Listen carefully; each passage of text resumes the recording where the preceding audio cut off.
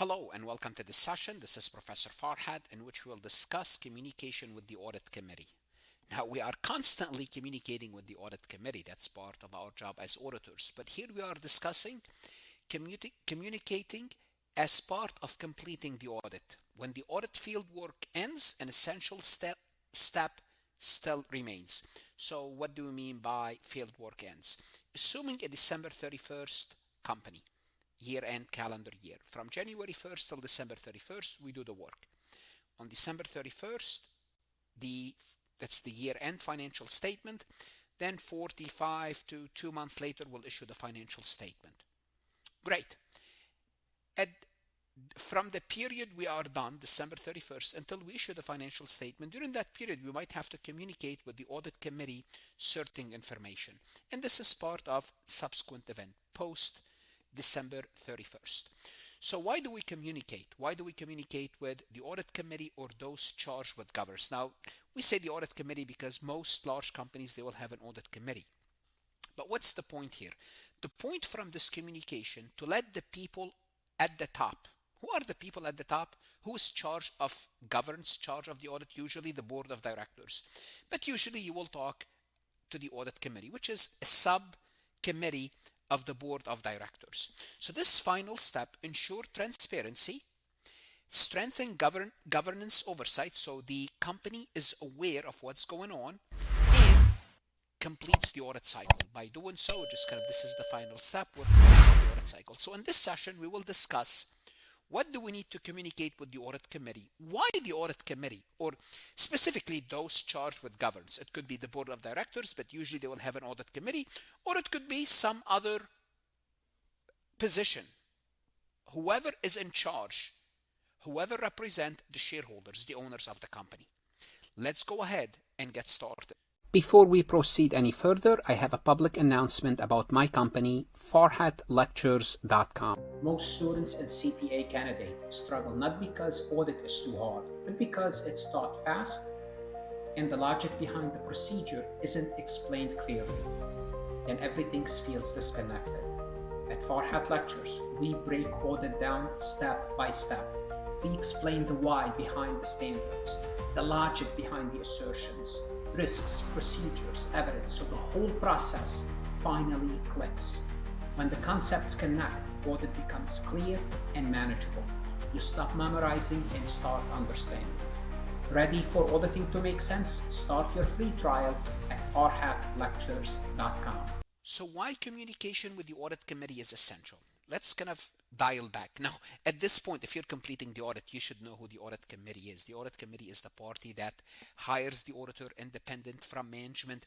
That's why they can hire the auditor. So the audit committee acts on behalf of shareholders and the board. Usually the board is the elected party by the shareholders. The board would form this audit committee. So basically they're part of the board. And the purpose is to monitor the financial reporting and internal control. So the purpose of it provides an independent oversight and challenges management when needed. Because if you're auditing management, you need someone above management, because if you tell management not to do something, they may not like it. But when it comes from the audit committee, someone is above them, they might be forced to do it. So auditing standard, matter of fact, requires the auditor to maintain an open, timely communication with this group. Why? Because you want to let them know about what's going on in the audit. You might need their help. If management doesn't cooperate, you might need their help. And this communication might occur throughout the audit, but at least at the conclusion if no urgent matter arises. But usually hopefully you don't have to communicate with them. It's like basically an emergency throughout the audit, but at the end you'll have to do it. So what do you have to let them know about? There are certain mandatory reporting requirements. Any fraud or illegal act. Auditing standard imposed strict requirement in this area. All detected fraud, whether by employees, management, or others, must be communicated, like suppliers maybe.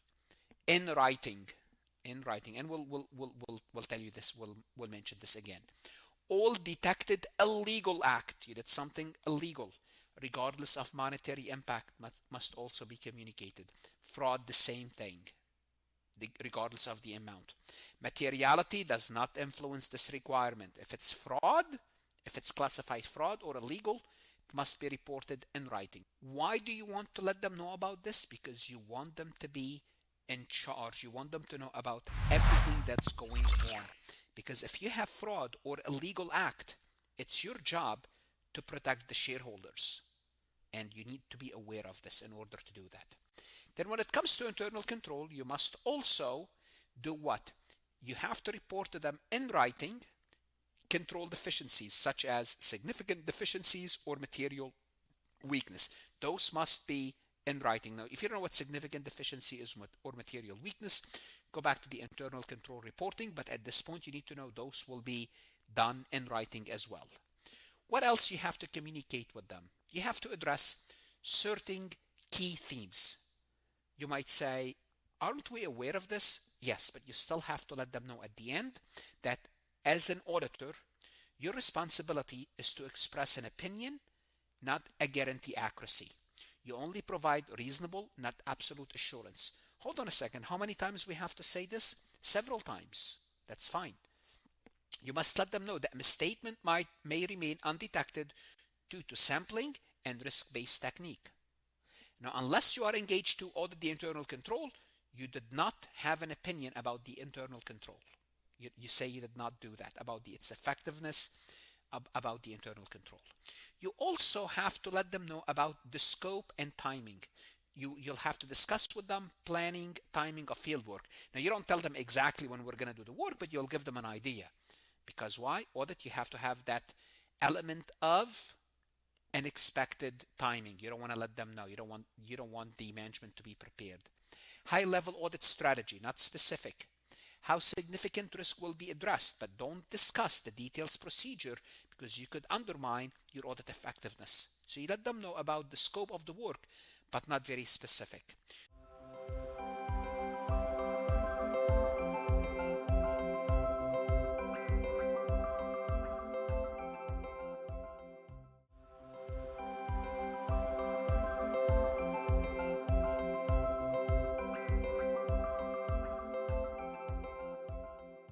You also have to let them know about any significant finding, like what? Any corrected and uncorrected misstatement. Those are if they are significant. Difficulties encountered, like delays, access problem that management gave you. Disagreement with management, any disagreement with management. Any significant risk and audit judgment. The auditor assessment of accounting practices and estimate. And those should be in writing. Now, those issues you're going to see when you study, and most likely you looked at the critical audit method, the CAM, those usually are also discussed in CAM, especially any disagreement or difficulties encountered. Usually we'll have to discuss them in the audit report. And this is a judgment intensive issue that we discuss separately in the audit report. What else? Information needed from governance. Governance often provide strategic decision and major planned transaction, business risk, policy changes. These matter help the auditor adjust procedure and ensure the audit remain relevant. And this is what you want from them. You want them to tell you about any future plans. Why? Because next year, when you start to plan the audit, you will take those into account. They discuss business risk at the governance level. That's important. That's their job, the board of directors. You will have to get that information from them as well as part of the communication. Now, how do you communicate with them? Better to have everything in writing, especially for fraud or illegal. That's mandatory. Significant deficiencies, material weakness, and a major fraud, major audit finding. Those are a must in writing. Oral is acceptable for other matter, but must be documented somewhere that you spoke to them. I will do everything in writing. Communication must be timely, especially if something needs to be corrected. You don't wait, you tell them throughout the audit if need be. Now, there are additional requirements for publicly traded companies under SOX. For issuers, for publicly traded companies, auditor must inform the audit committee about the initial selection of significant accounting policies, how they were selected, any changes in the accounting policies. If there's any acceptable alternative accounting treatment, you need to know this as a board of directors. Is there something else that the company should be doing? Alternative accounting treatment. And what's the auditor's preferred accounting approach? What do you prefer? Do you agree with them, or would you say they should use something else, although this is acceptable? And the effect of that alternative treatment, how should we recognize revenue? Do you think it should be recognized differently? What management chose is not really the most appropriate. As an auditor, you will do something else. And these discussions support the audit committee enhanced oversight role mandated by Sarbanes-Oxley. Now, why you would do this? Because the audit committee wants to gain more knowledge, more control, better governance if they know this is what the company is using as an accounting policy for inventory or revenues or property, plant, and equipment, but there's an alternative accounting treatment, and this is, if they do so, this is what would happen. They want to be aware of this. One more thing we need to discuss is management letter. That's not required usually at the end of the audit, but it's commonly used. And why is it commonly used and issued? It's usually used to maybe pick up additional business for the auditor. It provides practical recommendation for improving operation, controls, efficiency, and reporting system. The management letter basically is a letter that help client personnel strengthen processes. Those are recommendation, end quote, by the auditor. This is what we looked at, and here's what we can tell you. To support continued engagement quality so the company can do a better job. You can only suggest permissible advisory or tax services when appropriate. Remember, as an auditor, you cannot do all sorts of work. You are limited. Again, it's only you're going to touch upon what you can and cannot do. Now, keep in mind, the management letter is totally different from something called management representation letter. The management representation letter is from management. This is the management letter. It's issued by the auditor to the company to tell them, you can fix this, you can fix that, and we can basically help you. Just basically trying to get more business. Remember, we have management letter, we have management representation letter is what the management represented to the auditor. We have attorney's letter, we have engagement letter, we have all sorts of letter. You need to be aware, comfortable with this information as an audit student. In an audit course, you'll be asked about one letter per exam, most likely. But on the CPA exam, you need to be familiar with all these letters. Now let's take a look at this multiple choice question from farhatlectures.com. During an audit, the auditor discovers that a warehouse supervisor altered small cash receipts totaling $300 to conceal personal use of funds. The amount is immaterial due to the financial statements. Maybe they have millions and millions of dollars. What is the auditor responsibility regarding communication? Now, before you answer this question, you could just ask AI to explain this topic about communicating with the people responsible in the company, or you could start to answer the question. A, no communication is required because the misstatement is immaterial. Notice here they told you the misstatement is immaterial, and I told you maybe in this warehouse they have $10 million worth of inventory. A. B, communicate the matter orally to management only. So only talk to management and do it orally. You don't have to do it in writing. Communicate the fraud in writing to those charged with governance. Let's assume the audit committee, or report only if the fraud was committed by management. And who did this? Warehouse supervisor. It's debatable whether it's management or not.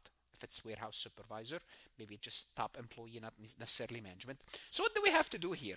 This is a tricky question, trying to see if you know the rule about any fraud. This is basically illegal or fraud. Totaling $300, we're going to say this is fraud or illegal act that's going on. And this is detected, so we find out somebody is committing fraud. Regardless of the amount, we must communicate this information in writing with those charged with governance.